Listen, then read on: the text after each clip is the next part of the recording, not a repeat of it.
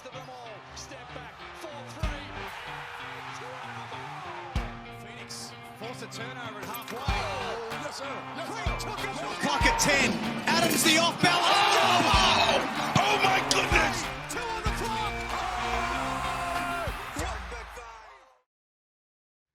Hello and welcome back to the Basketball Fix podcast. It's Beyond the Buzzer.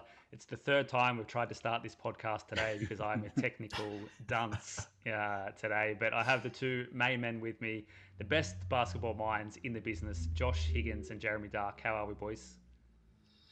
Good, mates. It's yes, we finally got there. Normally, Jez and I are the technical dumbasses, I guess you could say. But yeah, you've taken over us in this episode. But yeah, mate, it's been a great week. Obviously, you've got your Illawarra Hawks hat on there. Shout out Lachlan Aldrich as well with your jersey. I'm surprised you haven't got that one on as well. But yeah, an incredible week in the NBL world, wasn't it, boys?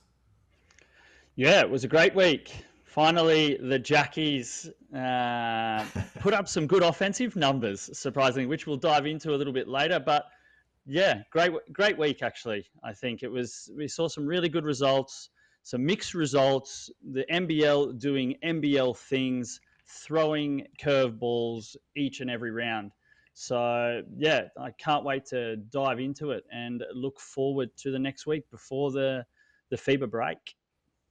Yeah, it is amazing what the NBL keeps throwing at us on a week-to-week basis, boys. And like you mentioned, Josh, I've gotten my Illawarra Hawks gear sent over to me from my mum. And I even got some stuff for Jez as well. Some Tassie. Shout out to Ryan's mum. Hello. Yeah, I am absolutely kidded. Wow. Yeah. Soon to be. So we're trying to get on board as much as we can from the other side of the world. It's fantastic. All right, boys, let's get into today's episode. And first up, we're going to look at the Round 8 recap. And as Jez alluded to at the beginning of the program, there has been a resurgence from his beloved Tasmania Jack Jumpers. Milton Doyle, boys, hit, I think was it 6 from 3 to start in the first half of that game. Jez, I want to throw to you first, mate. Your immediate reactions. Yeah, it was wild. It was exactly what you wanted to see from the Jack Jumpers. It was a great response. It's how I think, as a fan of the Ants, that we wanted to see them play from the get-go. And I think we discussed it the week before, or maybe it was 2 weeks ago, where it was just, okay, it was time for them to reset and just start to do something a little bit different.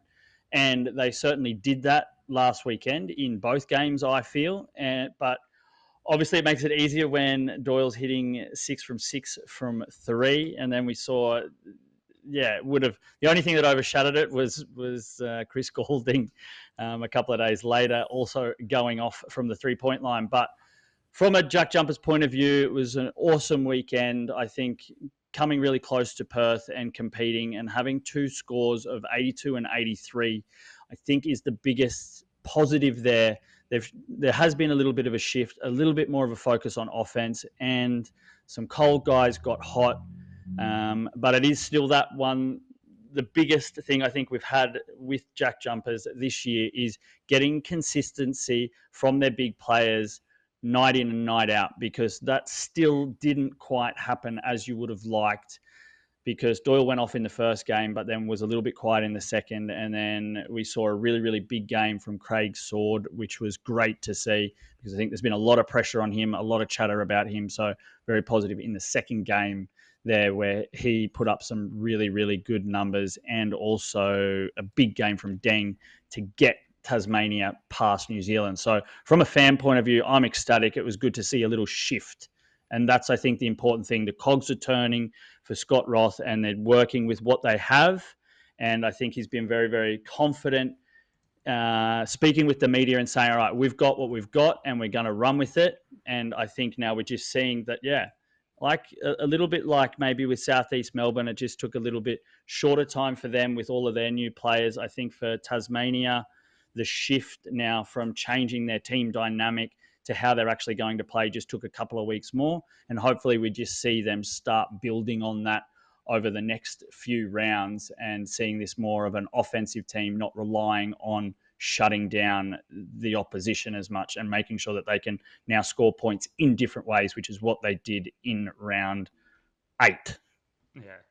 Now, Josh, Jez spoke a bit about the comparison in their games this weekend, and we were speaking offline about a stat with the Tasmania Jack Jumpers. They lost 7 straight third quarters, and I think it was by an average of 9 points per quarter. This last game against the Breakers, they dominated the third quarter. How do you see the difference between the two games they had on the weekend? Did you see, okay, well, they've made a shift in something which is now going to continue going, or do you feel that maybe that Breakers game was just a one-off? How do you feel about this team? In terms of obviously the one-off statement there, I think in terms of holding a team to 3 points, that is a one-off personally. I'm not sure any team can really do that on a consistent basis in the NBL, but we saw shifts in, I think the aggression was the more damning sort of statistic there, because Milton Doyle even said it in the first game against Perth at half-time when he was going in to the locker room, that he has come in with the mindset of, I'm the best player on the court and I'm going to be as aggressive as I possibly can to get this team over the line. And that was their emphasis all week. And I think for him, it sort of died off in that second game there. And luckily, guys like Jordan Crawford could really pick up the slack, and Majuk Dang and Anthony Drumic as well was good on both ends of the court. But it's going to be interesting to see if that aggression does stay with the Tasmanian Jack Jumpers in the coming weeks, because they played really, really well. That game against the Breakers there, for example, they really made the Breakers play 1-on-5 essentially when they were on the court. It was all about Parker Jackson Cartwright doing whatever he wanted to do essentially, and then making the others sort of beat the Tasmanian Jack Jumpers. And it was a tough one because Matt Mooney clearly struggled. I think Sam Benenga had moments where he was okay, and Freddie Gillespie is very limited on the offensive end and wasn't able to really produce much. But the questions come when they play against a sort of strong centre, I guess, or power forward combination in the NBL, which a lot of these teams do have. So for them, obviously the lack of presence inside, obviously with Will Magnate out and Fabian Krislovic as the starting centre, is going to scare me for some time if that does continue to happen, because, it's going to be interesting this week against the Brisbane Bullets, where obviously they've got Tyrell Harrison and Josh Bannon as a starting power forward and centre combination. But all signs point to, I think, a little bit more emphasis on the offensive end, I think, which is great for the Tasmanian Jack Jumpers and their fans. But at the end of the day, though, it's going to be a little bit of a worry if we do see, this sort of go back a little bit and then start to go back into their shells slightly as well. So impressive round for sure, and I've obviously got a lot of high hopes for them. But in terms of this continuing, I think we're not going to see 18 points from Craig Sword too often in the rest of the NBL season. Mate, just on Craig Sword, and actually to Jez, I want to pass this question to you. He was getting quite a lot of flack from fans over the past few weeks, saying maybe he wasn't a great fit in the team and that they should move him on and bring somebody else in. How do you feel the feelings around Craig Sword now with the performance he had on the weekend?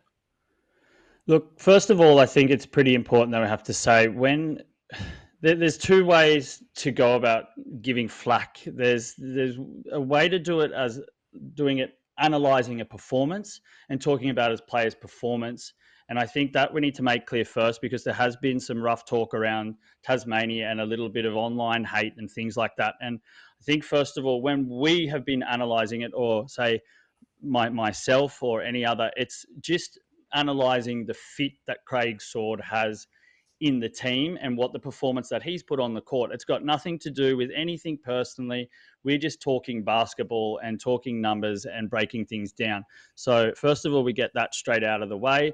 I think when it comes to maybe the pressure on Craig Sword at the moment, I think it has obviously eased a little bit by the fact that he did have one good performance. But as a fan and as a, say, basketball analyst, I want to see a little bit more of a consistent performance from him on the offensive side, because that's what I think was missing. I think no one was really questioning how he was as a defensive player, and he is a good fit. It was more the fact, was it a fit? Was it the right fit? More so by the Tasmania Jack Jumpers off front office than anything else, because it was he going to be able to give the offensive numbers? Now, maybe they've said, all right, your focus is now offense last game, and he put up some numbers. So I just hope that does continue. And I think if he does that, then he's a fit, because what the Jack Jumpers need is more offense. And if he can now play a role offensively and put up some consistent numbers, doesn't have to score 18 a night, but if he can continue to put up some more impressive numbers offensively with the shift of the game plan, like we discussed, and the structure of the Jack Jumpers team, and he can produce, then he's absolutely the right fit. Yeah, I like with him realistically about. It's a tough one. I think he sort of takes 6 to 8 shots every night, and I think most of them have got to be drives to the basket or cheap little floaters as well, because he's not really going to have a consistent 3-point shot just as yet, and it's what we've seen throughout his entire career. But what he can do off the ball for the Tasmanian Jack Jumpers in terms of, one, just standing in the corner and diving to the paint and trying to draw fouls and trying to create a bit of offense and a bit of a spark, I think he can definitely do that as well. So, yeah obviously, like you said there, mate, I think what they've sort of copped over the last couple of weeks has been pretty cruel, and we have stayed clear of that sort of stuff entirely, and some of the comments have been absolutely disgusting. But in terms of Craig Sword's performance, it was actually quite nice to see a bit of a resurgence for Craig Sword as well. Yeah. Now, I've got one question for you, Josh, because I put it out there to the Tasmanian Jack Jumpers world and got a little bit of a sort of mixed response. We heard in the commentary in the Illawarra versus Adelaide game that JLA, I don't want to say his name, you can say it because I am a bogan from Queensland, Joe Luala Chul. That was all right. Close enough. Thank you. That was close enough. Thank you. Yeah, all right. Because, I threw it out there and got a little bit of a mixed response, because they said in the Illawarra game his contract in Asia, I don't remember if it was Japan or China, is he's free to negotiate, and there is a big chance that he could possibly want to come back to the NBL.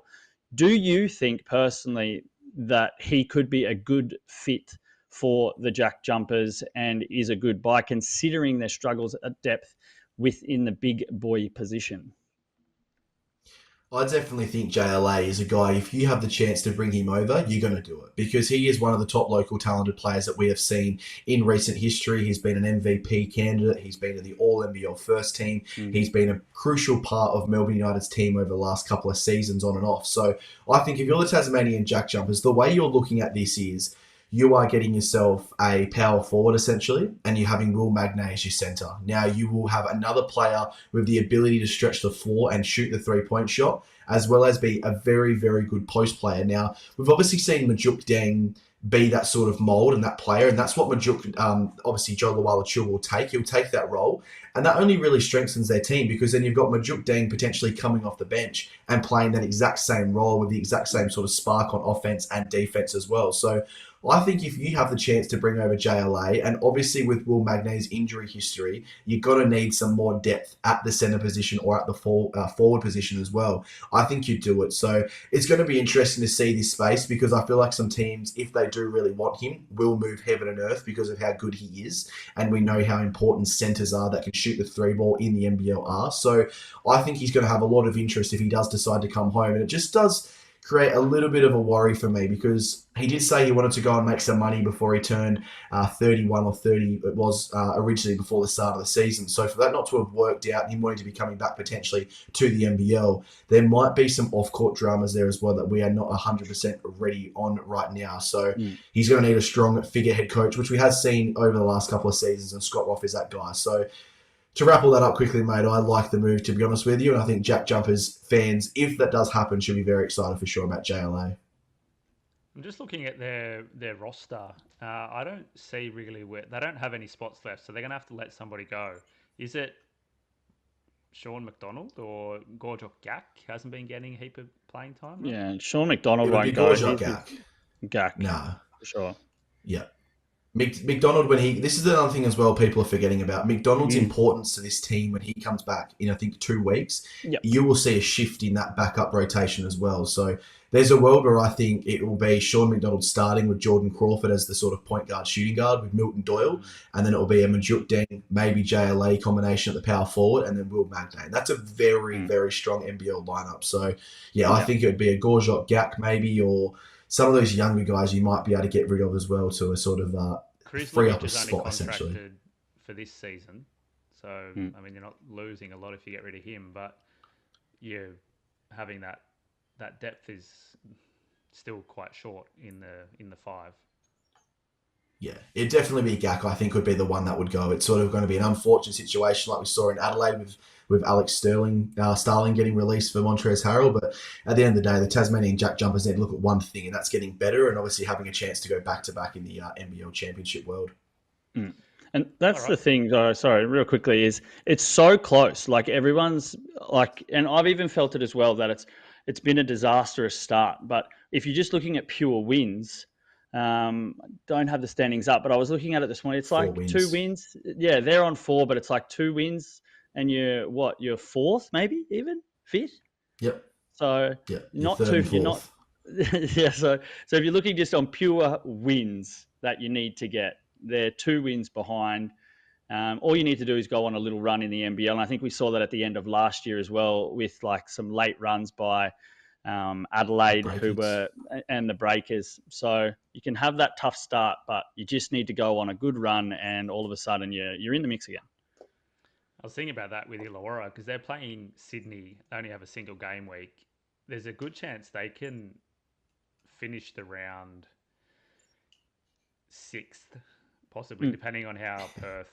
Probably not. Yeah, Perth have lost a lot more, but they could fall down to 5th at least. Yeah, that's the crazy they were thing. way out in front just 2 weeks ago. So yeah.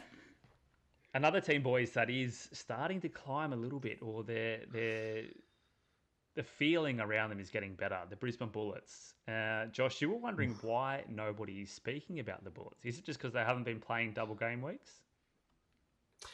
I just think it's on a more of a negative standpoint, to be honest with you guys. I'm just not sure about the Brisbane Bullets. They're currently sitting with a record of 3 wins and 5 losses, and it does come down to a few things. I just think that their play style is just too out of date for the NBL. Now, they seem to have played a more post-centric game style, and obviously with Tyrell Harrison and Josh Bannon as your 2 star players, it's making them sort of go into that. And obviously Casey Prather is more of a mid-range to attacking the basket scorer. So there is not a lot of 3-point shooting, which we have seen in the reflection on their 3-point attempts per game. They're currently sitting at 23 attempts per game compared to the Sydney Kings, who are sitting at 32 3-point attempts, as well as Melbourne United. So you're seeing that the sort of gel and mesh in terms of successful teams in the NBL is the ability to knock down a 3-point shot. Now, obviously, Adelaide shoot a low amount of 3-pointer shots as well, but they're shooting at a pretty high percentage. So it does come down to obviously how you're doing. But when we're looking at the Brisbane Bullets, I'm just not sure that this team is copying the sort of criticism that they deserve to be copying. Now,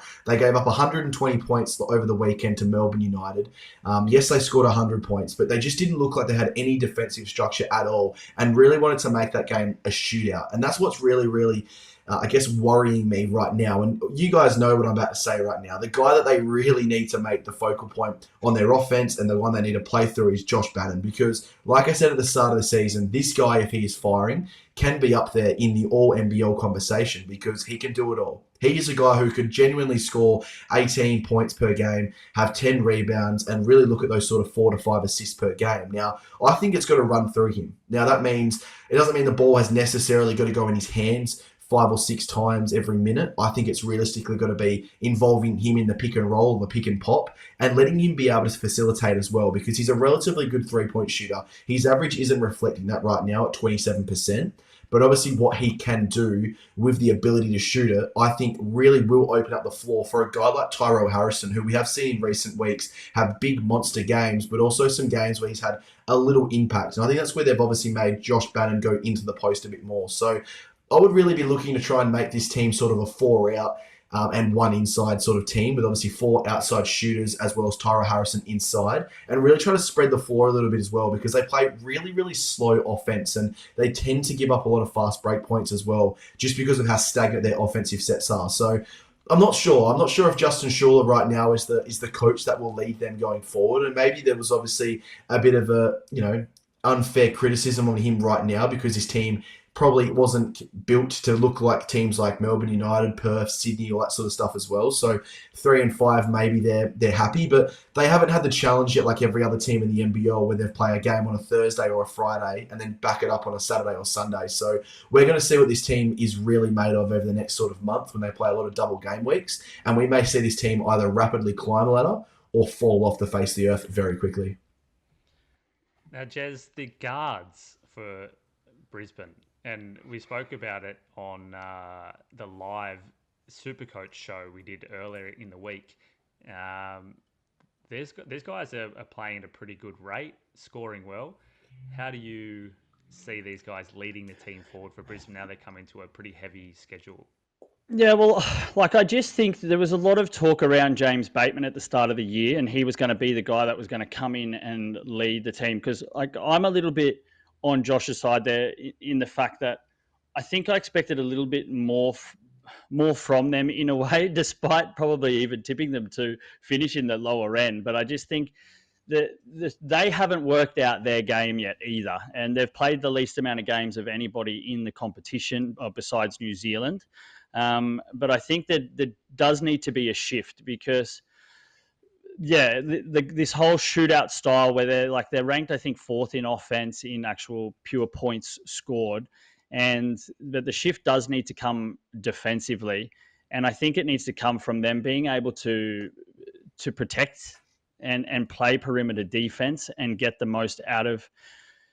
Yeah, because they've got to stop they've got to stop opposition from scoring points because it's never in the longevity of the season, this type of tactic, this shootout to win games is never going to work. I think we saw it with Sydney last year, where Sydney was still scoring at an extremely high rate, but were very, very poor defensively. And that's what sort of put them in trouble in the end. And I think that's a very similar road to what Brisbane is doing. And I think if they can sort of shift, Bannon is a very, very interesting player for me. When you're looking at the players that have been really successful this year in the NBL, and you're looking at the big guns like, besides Montrezl Harrell, who's the absolute animal, I think you've got guys like Jack White that have been dominating, Xavier Cooks that have been dominating, Christian Doolittle that have been dominating, and it's this forward that can do the hard work, get the rebounds, and play that type of post game, but also be able to score and shoot at the same time. And I think they've got to get that out of Bannon. And by doing that, you're actually going to open things up for guys like Bateman and guys like Keandre Cook.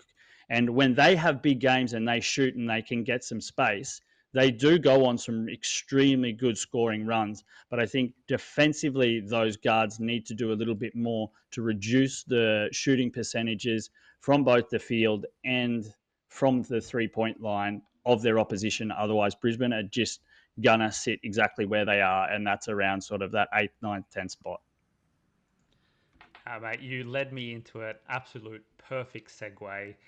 Another player it has absolutely opened up for over the weekend was Chris Goulding. 46-point performance, shot the lights out from three. And, boys, did you have him in your super coach? No. I don't know, but if I did, I wouldn't have had him on my bench. I had him so before you try and be all cocky and say that you had the master stroke, then no, he was on your bench, and was probably your top scorer anyway. Yeah, he was the top, pretty much a top scorer, at least even among some of these double game week players. Yeah. But Josh, a fantastic performance by a guy that was copying a bit of criticism since that game against Illawarra. He's actually been playing like an MVP caliber player.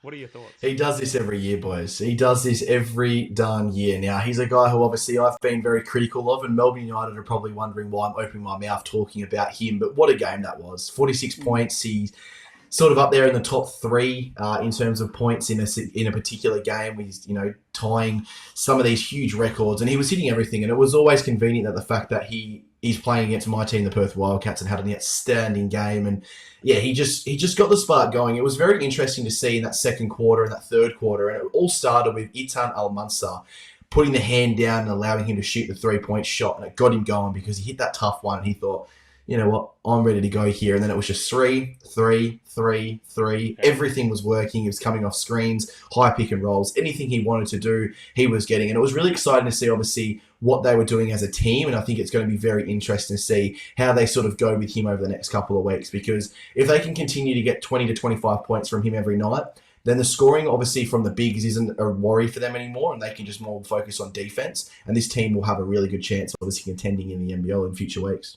Well, I just like my biggest question is that that run was incredible, probably the most incredible run I've ever witnessed sitting and actually watching a game, because it was just like it was almost like playing NBA Jam on the PlayStation, and when you've got that guy who's hooting up, and then you just give him the ball and he just nails it, nails it, nails it, nails it. But I don't know why, like, what happened with the Perth defence and how they just kept letting Delhi find a way to dish the ball to Goulding, and even like he was doing it obviously from all over the court. But is there some way where now, if we bring it back, unfortunately, to this whole flopping business, is there some? Why don't Perth just go in and go hard on him at least once and put up maybe a little bit more of a physical foul from the outside, and send him to the 3-point line and make him shoot three from the free throw line? Well, that is a very good question, and there's a lot more to talk about in that. Josh has to run away, so we'll take a quick break and we'll come back and continue.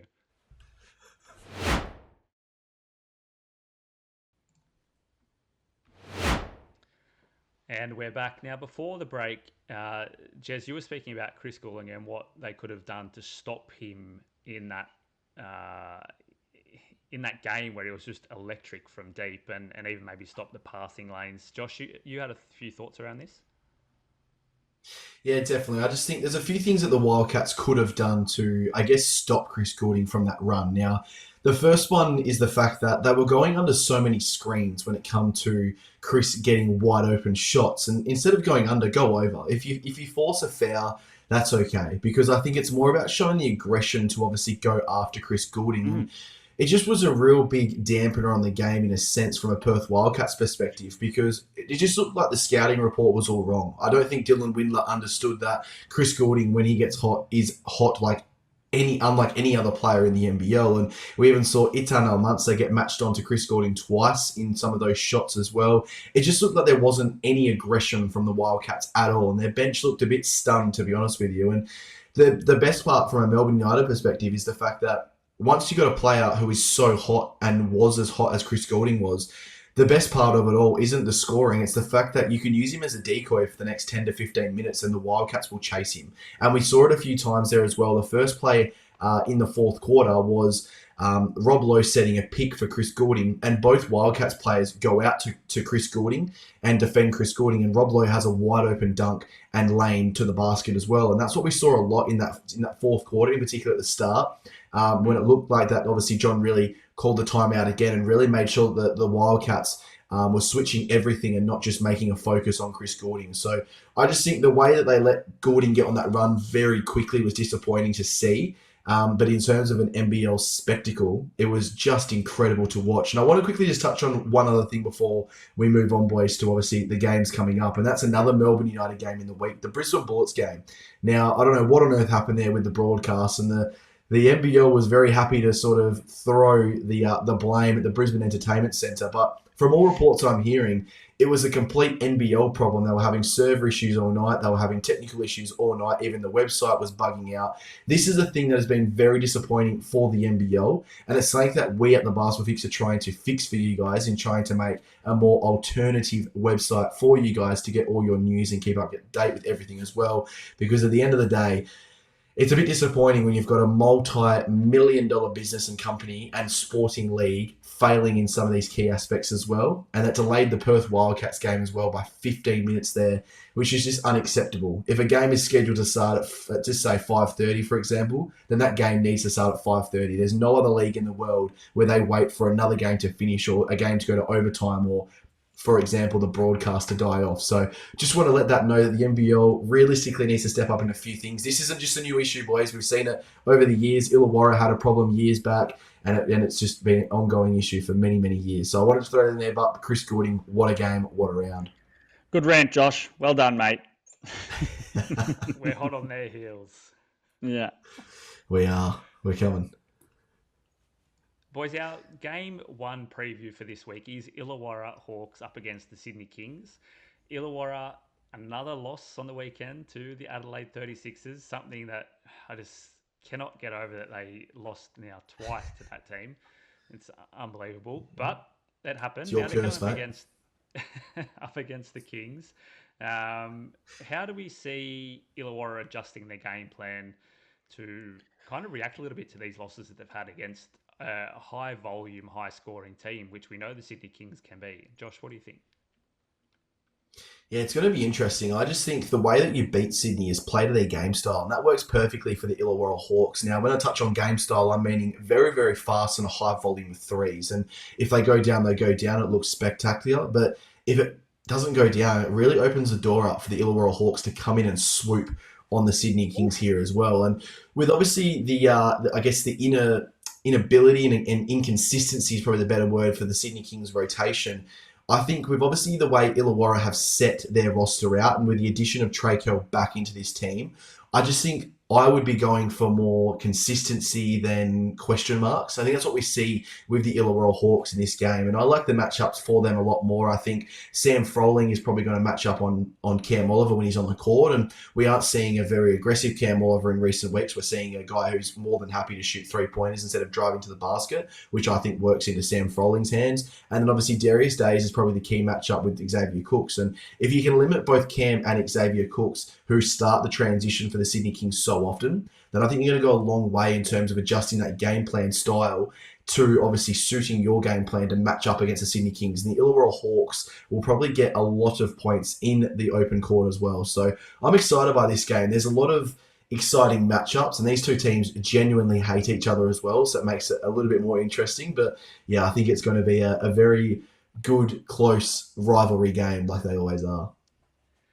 Jez, we've spoken a lot on this program about what can be at times a quite stagnant offense from Illawarra. They'll move the ball up the court, they won't pass it, they'll bail themselves out with some threes. Did you feel that they also didn't really take their opportunities and their chances, especially in this game against Adelaide? Yeah, absolutely. I sort of feel like, I think when we previewed that game on last week's show, and we were saying exactly pretty much what happened in the game, and it felt like it was the tactics was their strength was getting the most out of Harvey and Trey Kell and Hickey, and using that to their advantage and not trying to push the ball down into Montrezl Harrell and deal with all of that down low. Now, what actually happened? They did that, but what they were getting, where they were actually getting their success in the game, was moving the ball actually down low. They were cutting off the lanes. They were making it hard for guys like Harvey and Hickey to shoot. They made it hard for them to drive and get those cheap sort of pops and small sort of jump shots in coming into the paint. And they blocked it. I think we saw with Hickey, I think there was a real period there where Hickey come onto the court and just sort of struggled, had a couple of turnovers in quick succession. And it was like, okay, what was actually working when the game plan's not working? What is actually working? And it was moving the ball down low, actually, to Sam Froling. And Lockie Aldrich had like an awesome influence in that game. And you just wonder, okay, all that energy coming from down there, and they're pushing their guys up to block guys like Harvey and even Trey Kell at times, but it felt like Kell found his way through and found his lanes. But there was not enough of shifting the game plan over to Albridge and over to Froling to try and open up space for their strengths. So I feel like that was sort of where they went, their whole offense went stagnant, and they still just tried to do that. The game was in the balance, and they were still trying to force these very, very low percentage shots from outside when they had a chance to take back the lead and take control of the game late. And it just was a little bit disappointing. And it sort of felt like they did exactly the same thing when they lost to Melbourne as well. Melbourne was shutting out their guys, and they just couldn't sort of shift that game plan and move away from what wasn't working to what was actually working. So with Sydney being the best defensive team, and I can't believe we're saying that, Sydney being the best defensive team in the competition, we were all about how well Sydney were going to be as an offensive force with all of these gun players. But Sydney have sort of, I don't know, it's almost flown under the radar for me, and as Sydney being the hardest team to shoot against in the NBL. And they're going to go up against this high-powered offense like Illawarra, even though they've sort of struggled over the last couple of weeks. still have the highest ranked offense. They have a 49.1 field goal percentage, but a lot of that has to do with their ability to score points in the paint and go for high percentage shots. But they're coming up against Sydney, who have this good defensive structure. So my worry in this game, and probably why I think when it comes down to tipping at the end of maybe this segment, that I'm going to move towards Sydney, is because I'm not sure if Illawarra can adjust enough against the game plan if Sydney shut down some of their top scorers or shut down the ball down low and force the ball out to Harvey and Kell. And if they're just not that hot, then maybe Illawarra don't walk away with a win here, because it certainly hasn't been that over the last few weeks where they've been able to adjust to it and change their game plan when they're under the pump. Now, speaking of that scoring, and on the Sydney side, Josh, we know that Sydney like to shoot the ball, especially from the perimeter, but they're only hitting at 33.2% from three. On the weekend against Southeast Melbourne, only at 24%. Do you think Sydney are going to be able to score enough points to match it with Illawarra? I definitely think they can, and that's where I sort of touched on the point earlier where, sometimes we see, high production games from the Sydney Kings where they're scoring those 95 to 100, and then also we see these low percentage games where they're scoring 74 points, which they did against the Southeast Melbourne Phoenix, I believe it was. So there's just such a difference between, obviously, what we see from the championship contending team Sydney Kings and are they going to make the playoff Sydney Kings? And it all comes back to the buy-in. I'm just not sure that they're all bought in on this system, whether it's, they're not liking the minutes or the rotation, or they're not getting enough shots up. I don't know what it is. There's something that's off in Sydney right now. It could be a cultural thing as well. But something's just screaming to me that there's not a lot of happy players, because you tend to see unhappiness show up in, obviously, inconsistencies, because it's obviously how good are people feeling.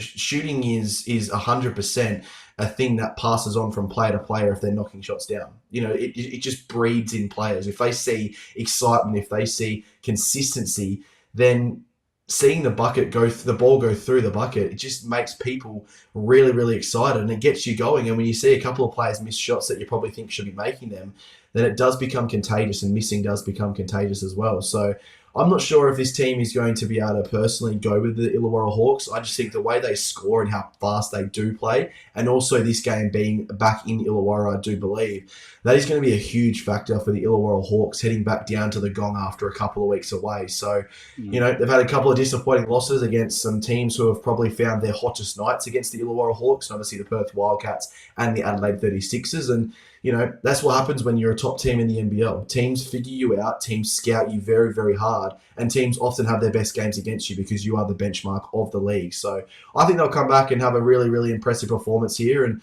I just think, obviously, the way they score the basketball, the Sydney Kings, if they're not on, will struggle to even get close within even 10 points at some stage as well, boys. Just quickly before we jump on to our next game, I just think, analysing what happened in the first matchup between these two, it felt like Sydney dominated a lot of the important statistics. They dominated down low. They won the points in the paint 46 to 38. They won second chance points 16 to 8. They won the rebound count 48 to 36. They did lose by 7, but they also shot at 23.1% from three. So while Illawarra shot at 40.6%.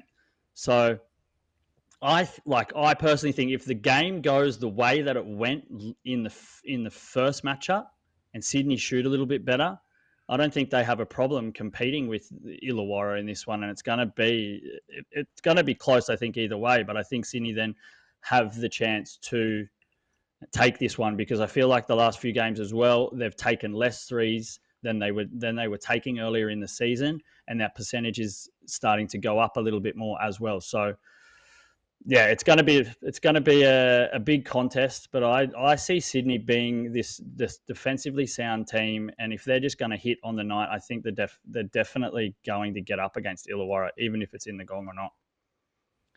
I'm just grabbing the box score up quickly, boys. quickly, sorry, Ryan, but one thing here that I'm seeing, and this is what I just wanted to see if this was actually true, and this is where I think Illawarra will have the advantage, and that's obviously the Trey Kell and Tyler Harvey matchup, with obviously Sydney's lack of defence and Bull Call being a very foul-hungry sort of defender. Now, the last game that they played against one another, Bullquall played 27 minutes, which is very, very solid, but had the 5 fouls and fouled out of that particular game as well, late in the piece, before the Illawarra Hawks went on their little run with Trey Kell's a couple of shots there as well. So that is one thing to flag, because Tyler Harvey and Trey Kell are very good at drawing fouls, and with Bulls' over-aggression sometimes, I think that could be a key factor in terms of obviously letting these guys off the hook late in the game.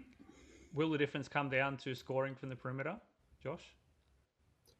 I think personally, yeah, that's what Illawarra has built their sort of structure on all season. I think is if, this is where I've had the questions with Illawarra about being a championship contender, is their inside game is not as strong as some of these other contenders, but also their ability to knock down the three-point shot and Tyler Harvey's ability to knock down ridiculous shots when they need a bit of a spark, I think gets them going very quickly as well. So I think they've got to, and I've been saying this all year, and it's Darius Days. You've got to get him more involved, I think. You've got to get him a few more shots. I think his inside game and outside game is what they're missing right now. I think he had another low game. I think he had 7 points against the Adelaide 36ers again. So he's got to be pushing the 15 to 16 points per game every single week for them to have a really good chance. So yeah, I think it's the scoring for sure in this particular game. Yeah, the Darius Days, he got caught up in the Montrezl Harrell hustle, man. Like he was playing all right at the start, and then I think it was late in the second quarter, early in the third quarter,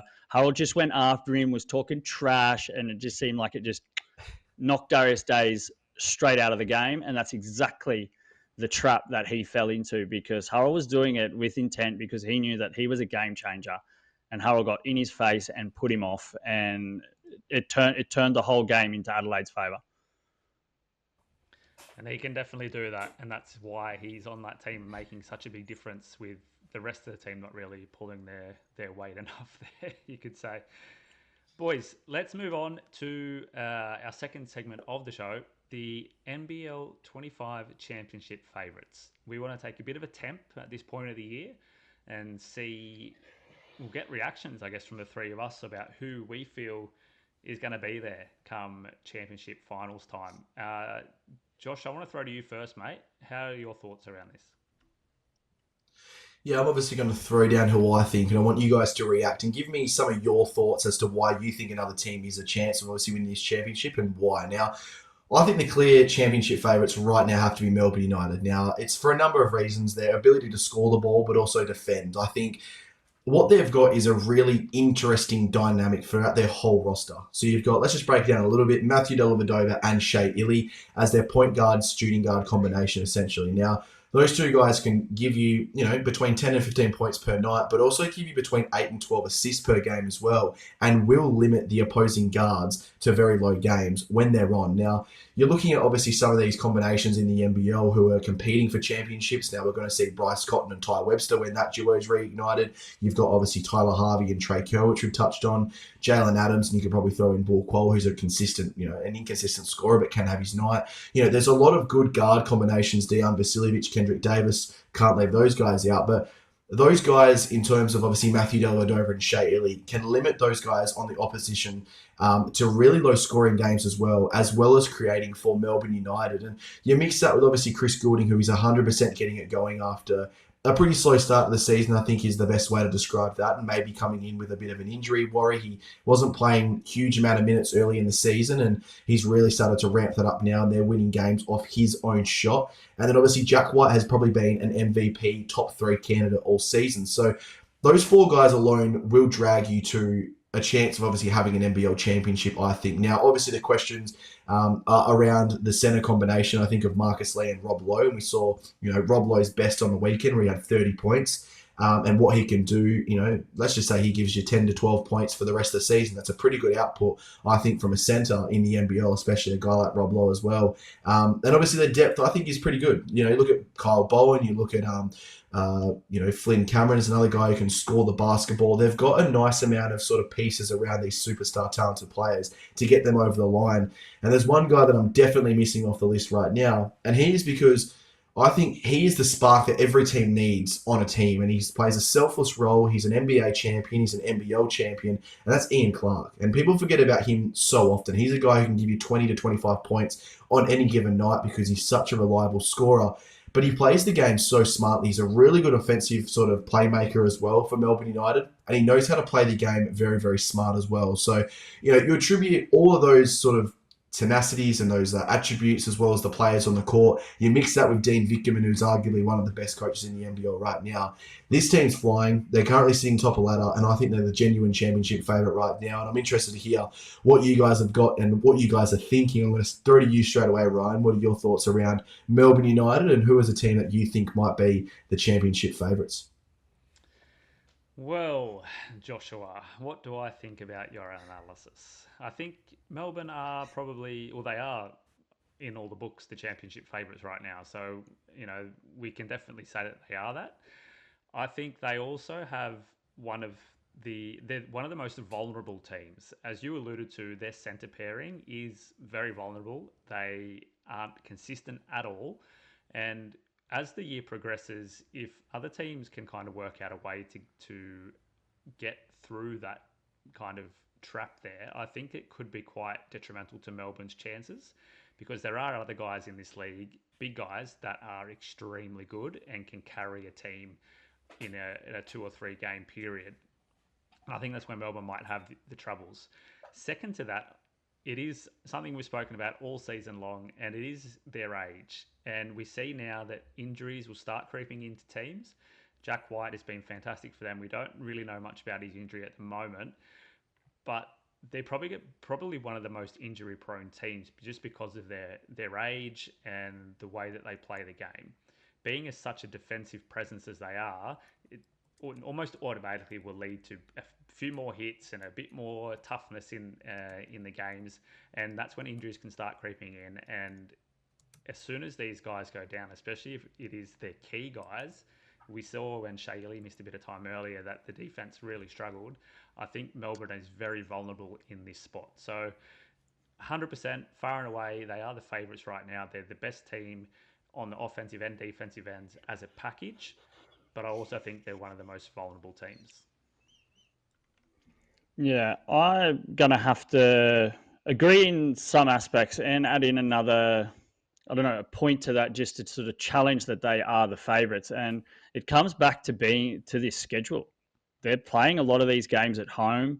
I think we're going to see this week how important Jack White is to Melbourne United with him being out, because we've all said it, that he's probably been their most consistent player this season. He's been strong. He's been a cornerstone for them.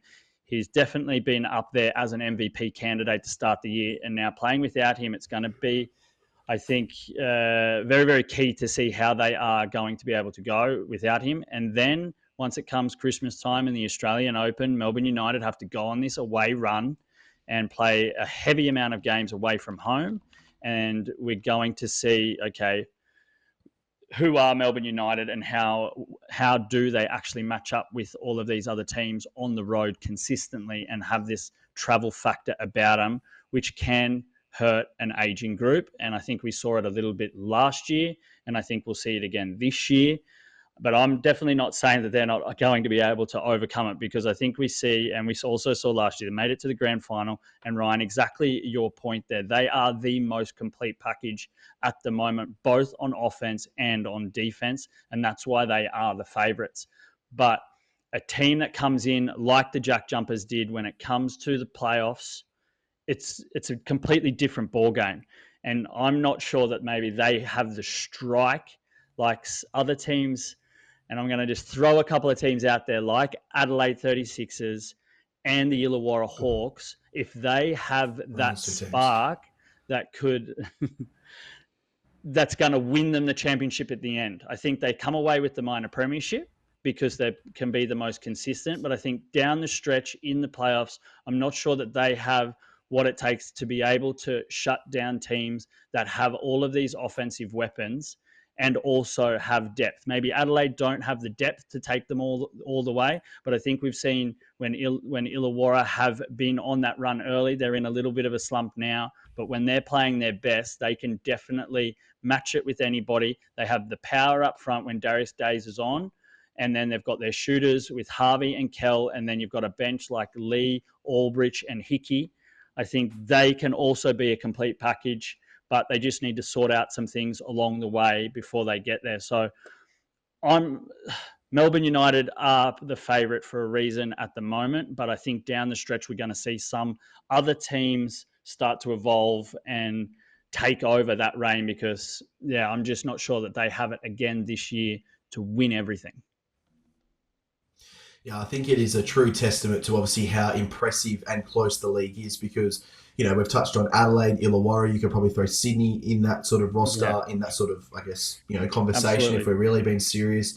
New Zealand have probably been disrespected slightly with how good their start to the season has been. I think Perth will get better. The Jack Jumpers are getting better. The league is just in a really, really good spot. So, realistically, this could be 2 weeks down the line. We're having this conversation again, and Melbourne United might be out of that conversation with a few things just due to how close this league is. So it's an interesting little topic, I think, there for sure. 100%. That's the way it is. So if you're speaking about where they're going to win the championship in a 5-game series, I think it doesn't matter what happens in 2 weeks or 3 weeks or if they're playing home or away unless they have that home court advantage. It's the things that Jez was saying there that they have the strike power, the dynamic to, like the Jack McVeigh in the championship series last season. I don't think Illawarra have the gameplay, the tenacity to play 5 games and win 3 of them. I think Melbourne have it if their players are on the court. Definitely. Yeah, I think it's going to be a very interesting watch. We all know what the age factor does, and I know people standoffish about that in some sense, but at the end of the day, these guys are getting older, but realistically, they are performing at the highest level possible over these last couple of weeks. And right now they are the most complete team, like you guys have been saying, and definitely I think the NBL 25 championship favourites. Let's take a quick break, come back and preview Game 2 of NBL Round 9.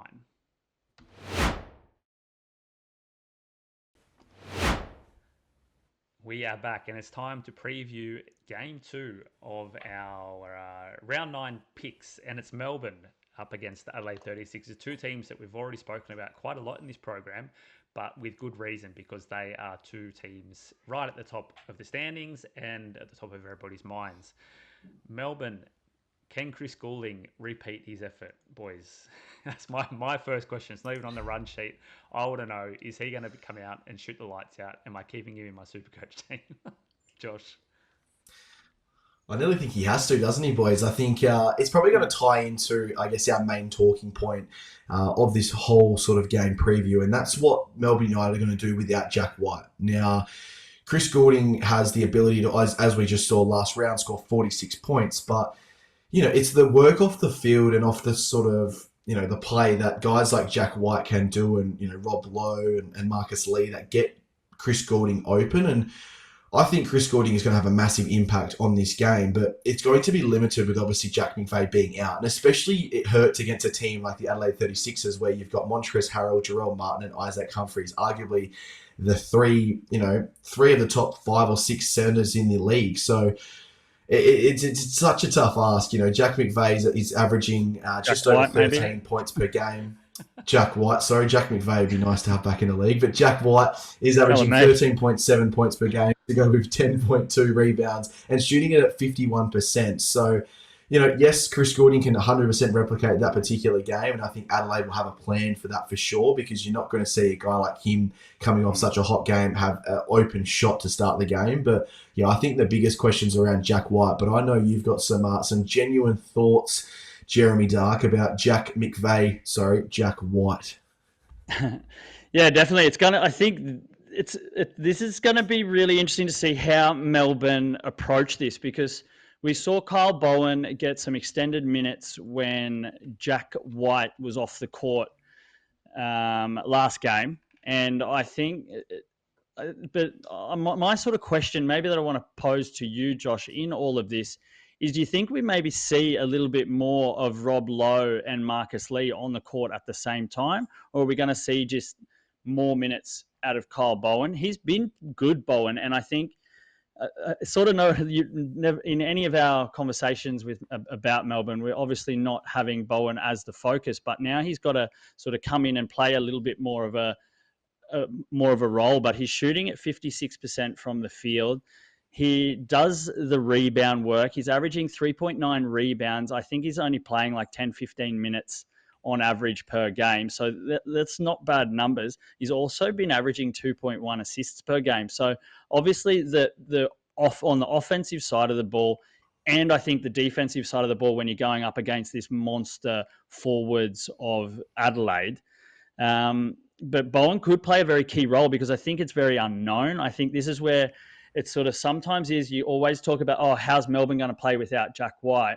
But how is Adelaide going to defend? What are they going to be looking for? They might just say the game plan, all right, you're going to put the ball in Chris Goulding's hands. You're going to put the ball in Dellavedova's hands, and they're going to shoot, and you lose that whole thing. But if you can bring up the unexpected play of maybe somebody like Kyle Bowen coming in and getting some more time, dishing off the ball, it gives this real unknown factor to this game that I think Melbourne can take advantage of more so than what Adelaide can, because they can have two different game plans. Play Bowen more, see what he can do on the offensive side of the ball, or bring in Lowe and Lee at the same time and have that combination working heavy against Montrezl Harrell and Humphreys and Jarrell Martin and see how that plays out. I think you've got two cards that you can play here. And if one doesn't work, obviously Vickerman's smart enough to be able to pull the other one out. So it's going to be very, very interesting. But do you think the Lowe-Lee combination can work?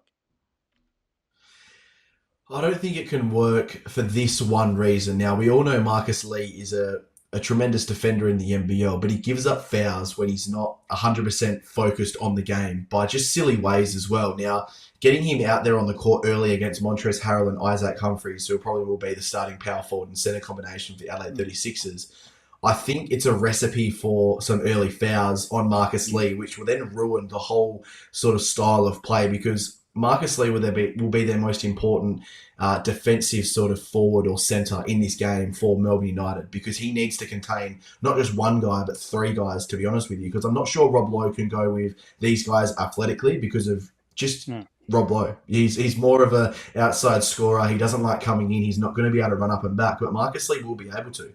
So it's going to be an interesting mix with obviously with Dean Vickerman. Now, I would probably elect, to be honest with you, I know I just said this, but I would probably elect to, I think Kyle Bowen 100%, and start Marcus Lee and get him involved in the game early when Montrez is still warming up himself, because I think bringing a guy like Rob Lowe in against Jarrell Martin is a much better combination for Melbourne United, because Jarrell just doesn't cover the ground as well as obviously Humphreys and Harrell. So it's going to be interesting. But yeah, I don't think you can start Lowe and Lee, because I just think it takes away something from Melbourne United in terms of that little bit extra quickness up and down the court. So Kyle Bowen's been great, though. He had an outstanding season in the NBL 1 level, was putting up consistent double-doubles, hitting some outside shots as well. His confidence is sky high. So I think he's well and truly ready for obviously the increase in minutes and I guess opportunity and even pressure as well. And yeah, Dean Vickerman trusts all these guys. He knows that all these guys are ready to go when required. And it's going to be interesting. But if it wasn't against Adelaide, I'd nearly say they'd go small ball and maybe play Flynn Cameron as the sort of 3 and maybe Goulding as the 4 as well, like really, really small, which they have done in the past. But you can't do it. No, you're 100% correct. So it's going to be interesting. But yeah, I think Lee might start this game over Rob Lowe, just in terms of them trying to get, I guess, on top of Harrell and Isaac Humphreys early. Now, Jez, in the Adelaide game against Illawarra, they held them to 34% shooting. Melbourne shoot the second highest frequency of three-pointers in the league. Do you feel that Adelaide can repeat that defensive performance on the perimeter against this Melbourne shooting? You know what? I think they do. I think they really frustrated Illawarra in that game. I think they played superbly to the game plan, knowing exactly what Illawarra were going to do. I think it's a little bit harder. We spoke about it in the previous segment that just Illawarra didn't adjust. But I think coming into this game, I think that, yeah, surprisingly enough, if they can force the ball to go in, I think two guys like Kyle Bowen and force the ball into Lowe and Lee and cut off the shooting ability of Melbourne, then they're a chance to win. I think that's what they need to do. And then if it works or not is another story. But I think that's definitely the game plan that they need to have. And because like a run that Goulding went on, obviously, is very, very, very hard to repeat. And I don't think we can expect that. But they can spread the ball with Illy. You can spread the ball with Dellavedova and Goulding, and if they're all shooting at okay percentage, I think that they are a dangerous team. But I think they need to force the ball into the paint, and if they can do that, then they're a chance to stop Melbourne. So I think they definitely have to go with that, and that's what the game plan needs to be. If they can execute it against Melbourne, that might be another story, just because they are so sound, and we saw that obviously in those runs of getting the right assist through and setting up the right screens and getting space to their shooters. So, yeah, I think that's the game plan, but not sure if they can pull it off. Josh, I know you have an opposing view on this. Before we get to that, Jez, you said that Melbourne can adjust. What do they do to adjust? Do they send guys into the paint to try and score there? Or do they use their screening and their blocking to get more open shots? Because Adelaide aren't a great paint defensive team. They're giving up 41.2 points per game in the paint, which is the fourth worst in the league. Yeah, well, we saw that Rob Lowe can score against Brisbane. I think we were saying that, Brisbane's strength was obviously Harrison, and all of a sudden Rob Lowe came out and had a massive monster game. So that's potentially what they can do. But I don't know. In my head, I've thought, I guess, that Adelaide was much harder to score against in the paint than maybe what they are. So that, I guess, has to be it. But their strength is setting up screens and creating space for their shooters and putting the right pass in and opening things up, because they've got all these postmen in deliverers, not postmen as post players. So postman Pats, not I don't know what the other one is. It just went down a dirty hole to another post, but maybe a pole. All right, let's get out of that one. Let's get out of there. You don't think that they'll be able to defend the three? Yeah, I just think the way that Melbourne have been playing in terms of their offensive game style, I'm just not sure that it matters how good Adelaide's defence is, because the one thing that is really a key factor for Adelaide is their teamwork off the ball. They are very, very strong on the pick and roll and the pick and pop. And it's not even just the centres coming out to set the picks. Why are they strong? Why are they strong there? It's just, I think it's just such a well-oiled machine. You know, we see Matthew Dellavedova coming up and setting picks. You see Flynn Cameron, you see Shea Illy. It's not just a stereotypical, the big comes up from the post, sets the screen, and then the small rolls, and the big either pops or rolls down to the basket as well. It's just fluent offense. It's a very European-style offense where they all come up, they all switch, they all run hard, they can either drop, they can either shoot. And you've got a lot of guys who can get hot quickly. And like I mentioned earlier, when you get hot, you can use those guys as decoys, or you put the ball in their hands and make them score as well. So I just think one thing that you guys were mentioning there as well was the points in the paint. And obviously Melbourne having a very low sort of points in the paint average and not really, using that very often, but it's not their game style. They've got Rob Lowe, who isn't a point in the paint sort of scorer. He shot 8 3-pointers in that game against the Brisbane Bullets on his way to his 30 points and made 6 of them. He's not a back to the basket center. Marcus Lee is probably the closest thing to an in the post sort of player, but a lot of those are off pick and roll alley oops. So he'll sort of come up high, drop down the back, and we'll look for the alley oop over the top from either Shea Illy or Matthew Dellavedova. So they haven't really got an established post game when it comes down to it, which has been a bit of a worry, obviously, for them. But, at the end of the day, a lot of their stuff is in transition. You see Matthew Dellavedova driving to the basket and getting away from guys and obviously getting those high percentage looks. So it's not realistically the fact that, they're just throwing it down to a guy like a Keanu Pinder or Christian Doolittle or Cam Oliver or Xavier Cooks, these really, really strong offensive guys, and getting a basket from them. It's more the fact that they've got a lot of screen work off the ball that either give them open threes or open lanes to the basket as well. So sometimes statistics do lie. I know Ryan's just put in there that Melbourne are third in the league for points in the paint. And I think that's where it more comes down to, is the fact that a lot of those points from second chance points because they have a high rebound number, or the fact that they're really opening up the lane and really attacking that at a high percentage as well. Yeah, I think it's that the attacking, similar with Illawarra, there's not always the big men that are scoring points. It's you got Hickey and Kell and Swakala Bullock that drive to the rim and can finish a layup at a very high rate, and that's where I think the majority of the points are coming from, especially with Melbourne as well. All right, boys, let's take a very quick break, come back, talk about the Basketball Fix MVP, and wrap it all up.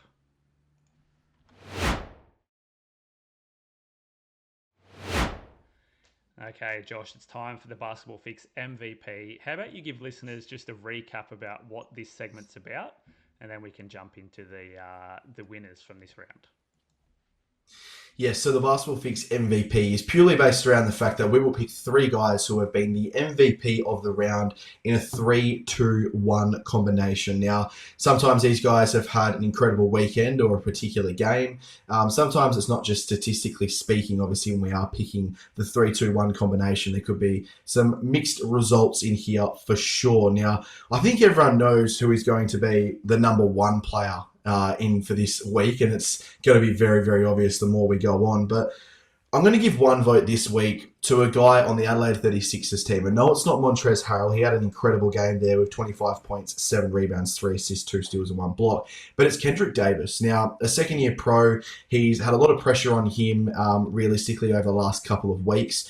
He even said in the post-game interview that Mike Wells really, really put the hammer on him this week to not only just score, but facilitate for the Adelaide 36ers and take a lot more pressure off guys like Dejan Vasiljevic and Jason Kadee. And we saw him have a 16-point, 7 rebound, 10 assist, and 2 steal game in a huge win, obviously, over the Illawarra Hawks there that has gotten their season, I guess, excited again, and they've got a bit of a spark, obviously, after a disappointing loss the week before. So his play is deserving of the 1 vote this week. Now, the 2 votes, we could have gone down a couple of different paths, but I think in terms of this performance, I know it was in a loss, but this performance really gave this particular guy a major boost in his season, and I think it's going to take him a lot of confidence. I know the confidence dipped the next game they played against the New Zealand Breakers, but Milton Doyle had an incredible game there against the Perth Wildcats. 30 points, 3 rebounds, 4 assists, and 2 steals. And he's a guy, when I put together this segment, I thought he would have a massive chance at obviously contending and having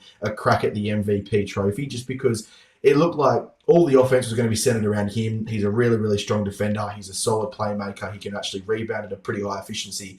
And at the end of the day, he just hasn't done it consistently yet. But it was exciting to see against the Perth Wildcats, him obviously putting up some good numbers. He shot 6 of 12 from the 3-point line, which obviously he started 6 of 6 and missed his next 6 shots as well. And just faded out in that game, but just without any help. Perth really, covered him very, very well and put all their time into Milton Doyle, and the others didn't step up. So that was disappointing for Milton, obviously, there, but he had an incredible game. Now, do I have to really go and say number 1, boys? Are we all pretty well and sort of, well in tune with this one? It's a guy who plays for the Perth Wildcats. Christian Doolittle had an outstanding game, 21 points. No, I'm joking. But obviously it's Chris Goulding, boys. I thought you were going to, yes, we could throw that one.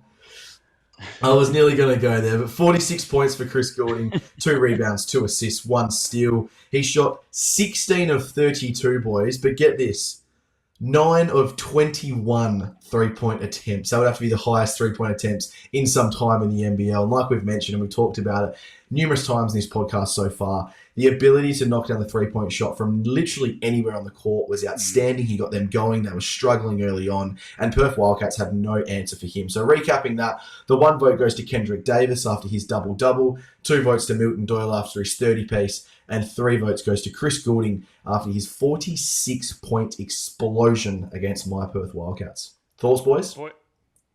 Yeah, I got to start a bit of a trivia question for you, boys. My favourite. I'm really excited. Josh, thought I'd went under the radar with this trivia shit this episode, but no. So we're all pretty much in agreement. Chris Goulding has shot the most 3-pointers so far this season. How many do you think he's shot, and what do you think the difference is to number 2, and who would you say number 2 is? So you're talking about made shots? No attempts. Attempts. Okay. Well, I'm going to break this. I'm going to try and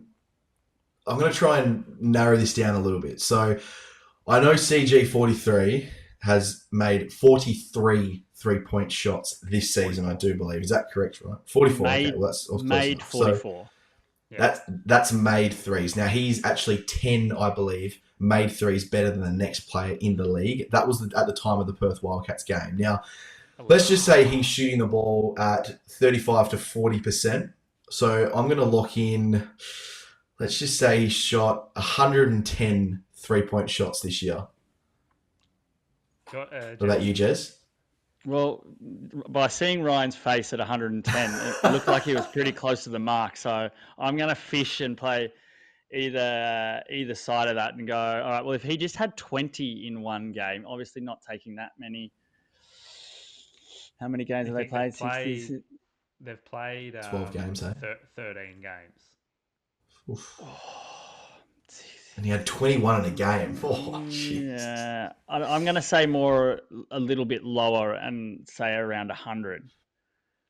128 3-point attempts so far this season, with 44 makes. And the second. As you said, he's 11 makes ahead of Rob Edwards, who was second in makes. But I've asked who is second in attempts and by how much is Chris Goulding leading. Oh, this is the tough one. I think it comes down to a few players. I'm going to help you out. I'm going to think out a bit aloud here, Jez. I think it's a mixture of Tyler Harvey, who throws up quite a few attempts per game for the Illawarra Hawks. I think Rob Edwards is a sniff, with obviously being up there in terms of makes, but I think Ryan's trying to defer us there. Edwards and Harvey I'm actually going to... 10, but not top 5. All right, I'm going to lock in a guy here, all right? Matt Mooney, I think, is second behind Chris Goulding for 3-point attempts. What about you, Jess? Could it be someone like Milton Doyle or Milton Doyle? Wow. Yep. I guess he shoots them at a low percentage, boys, but yes. Exactly. Well, after 50% last weekend. Yeah, I don't know. You could just How many attempts? I reckon he's shooting 30 less attempts. He shot 30 less attempts than Chris Goulding this season, I reckon. 45 attempts less. So he's on 83. Chris Goulding has shot 45 more 3-point attempts this season than the second place, which is Milton Doyle. And as I said, he has played 13 games. That's incredible. Melbourne have played 13 games. He's played every game, right? Yeah. Yeah, he's played every game. But he played very limited minutes at the start. If you think about that, I think there was a game where he played like 10 minutes less. So another bit of interesting trivia to wrap up the episode. Now, boys, a lot happening on the basketballfix.com. Game previews, articles, features, and something very exciting on the horizon, which we've spoken about a bit on social media, is that we're going to open up a fan hub on the basketballfix.com. Jez, how about you give the listeners and viewers a bit of insight to what that could mean? Well, we just wanted a way that different fans could interact with each other, put forward their opinions, or maybe their ideas about a certain game, or if you're a very analytical person, how do you get involved? It feels, obviously with some of these forums and things, and fan pages are fantastic, but we want to take that to the next level and invite people from all of these different fan pages to be able to discuss things or put their points forward about their teams and give their own analytics by opening up a fan hub on the Basketball Fix webpage where you can be as analytical or as opinionated, obviously under certain rules and guidelines and regulations that will be checked through the staff of the Basketball Fix, but you'll be able to write about whatever you want and put forward your analysis in an article style form. And by that, other people that want to get involved and become members of the Basketball Fix website, you'll be able to do that, and you'll be able to get access to this content, and you'll also be able to get access to some other content that we three will put together to be an exclusive part of the fan hub. And give us your opinions and your analysis of how your teams are going or different things in the NBL. Now, it's not just actually restricted to written content. There'll be opportunities to upload video content and any form of kind of digital art or similar kind of aspects. Whatever you can do to engage people within the realm of the NBL, then this is going to be the place to do it. So a kind of all-encompassing hub for NBL fans. Josh, where can our viewers and listeners find the Basketball Fix on social media? Yeah, so you can find us on Instagram at the Basketball Fix Podcast, and you can find us on TikTok as well at the Basketball Fix Podcast as well. We've just started that up and running now as well, so make sure you go and check us out over there. But Instagram is probably the best avenue to find us in terms of video content, as well as us posting our articles, and on Facebook as well, as we're trying to build that community over there, touching on everything in the NBL world. But yeah, massive shout out to Jez. It's been an incredible idea, this fan hub, and I'm excited to see what comes of it. And the website is absolutely booming with a lot of you guys eager to obviously listen and read and get involved in NBL world. And yeah, over here we are trying to and will create the best NBL media landscape website for you guys to get all of the top comments and obviously top news articles, I guess, in the NBL world. That's it for today, boys. Thanks very much for joining us on the show, and we hope you've all gotten your basketball fix. When stars come to play, he's the biggest of them all. Step back, 4-3. Phoenix force a turnover at halfway. Oh, yes, sir. Yes, sir. Took it. Clock at 10. Adams the off balance. Oh!